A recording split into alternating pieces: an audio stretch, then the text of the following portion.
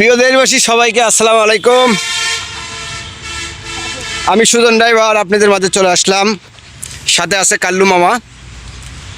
তা আজকে আপনাদের দেখাবো নদী করতে নদী, আমাদের বগুড়া করতে নদী খনন হচ্ছে, সেটা একটু দেখাবো চলেন। তার আগে দেখুন নামিচ্ছি কীভাবে, আমরা বাস ধরে ধরে নামছি আমরা। তো দেখুন করতা নদী খনন হচ্ছে, এটা আমাদের বগুড়া মাটিডালি মোড় থেকে নদাপাড়া আসতে হবে। এই তো করতা নদী দেখেন, অনেক বিশাল বড় হয়ে গেছে, আগে অনেক ছোটো আসছিল, আগে অনেক ছোট ছিল, এই খনন করার পরে অনেক বড় হয়ে গেছে নদীটা আমাদের। আর আগে পানি দেখা যায়নি, এখন পানি দেখা যাচ্ছে, অনেক সুন্দর লাগতেছে দেখুন।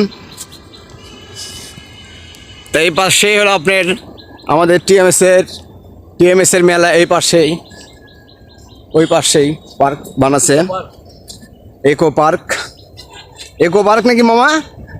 হ্যাঁ, আমাদের মাঝে আছে কাল্লু মামা। হ্যাঁ, তা আপনাদের জন্য এত কষ্ট করে ওদের ভিতরে ভিডিও বানাই, আপনারা একটু আমাদের দেখবেন, লাইক কমেন্ট করবেন, কেননা আমরা করতে করতে শিখবো, চেষ্টা আছে শেখার। তো দেখুন করতা নদী